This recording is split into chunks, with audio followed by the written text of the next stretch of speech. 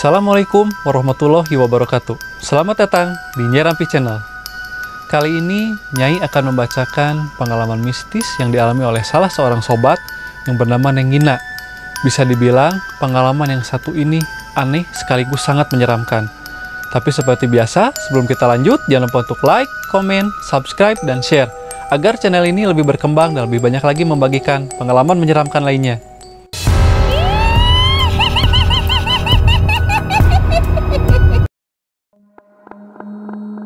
Perkenalkan, namaku Gina.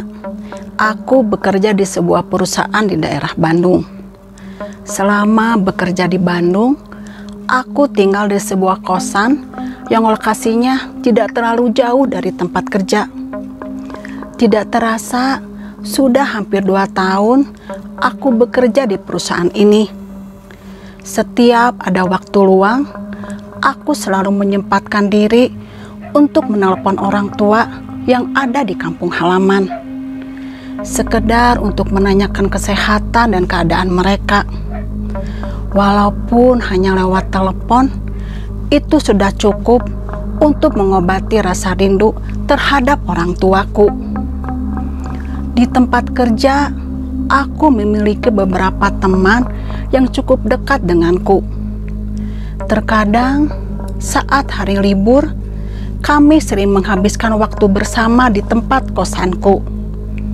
Saat berkumpul, kami biasa membicarakan banyak hal, mulai dari permasalahan kehidupan sampai membicarakan hal-hal yang berbau mistis. Ternyata hampir semua temanku memiliki cerita-cerita mistis yang lumayan menyeramkan. Yang membuatku tertarik, salah seorang teman pernah melihat penampakan seram di tempat kerja kami saat ini. Ketika ku tanya, dia enggan menceritakan lebih lanjut. Yang jelas, waktu itu dia sampai mengalami kerasukan. Setelah mendengar cerita itu, aku mulai merasa sedikit takut ketika bekerja shift malam. Apalagi kalau aku harus pergi ke toilet sendirian. Entah mengapa suasana di toilet itu di malam hari terasa sedikit berbeda. Suatu hari saat jam istirahat, aku dan teman-temanku beristirahat di sebuah ruangan. Waktu itu aku mengeluarkan bekal makanan dan air mineral dari dalam tas, lalu menyimpannya di atas meja. Aku menyantap makanan itu sambil mengobrol bersama teman-teman. Saat aku hendak mengambil air mineral, tiba-tiba saja air mineral itu bergeser dengan sendirinya. Seketika itu, aku dan teman-teman yang lain merasa kaget.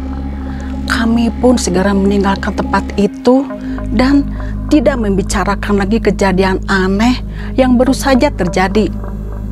Singkat cerita, pekerjaan pun selesai.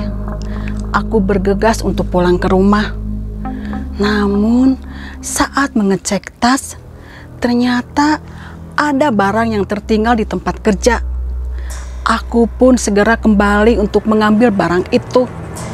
Saat aku berjalan melewati sebuah tangga, aku mendengar suara seseorang yang memanggil namaku. Ketika aku lihat, ternyata tidak ada siapa-siapa. Bulu kuduku merinding.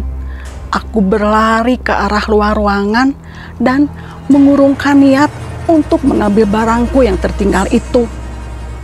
Sesampainya di kos, aku langsung membaringkan badan sambil memikirkan kejadian yang aku alami tadi. Hingga tak terasa, aku mulai mengantuk dan terlelap tidur. Entah berapa lama aku tertidur, aku merasa ada seseorang sedang membelai-belai rambutku. Waktu itu, aku mencoba untuk membuka mata. Dalam keadaan masih setengah tidur, aku kembali merasakan ada seseorang yang sedang mengusap-usap tanganku. Terasa sangat dingin sekali seperti es. Aku pun kaget karena di dalam kamar ini tidak ada orang lain selain diriku. Aku pun memberanikan diri untuk melihat ke arah tanganku. Ada sebuah tangan berwarna putih pucat sedang mengusap-usap tanganku. Yang membuatku lebih takut, ternyata tangan itu tidak memiliki badan. Sebuah tangan itu terbang melayang-layang tepat di depan mataku.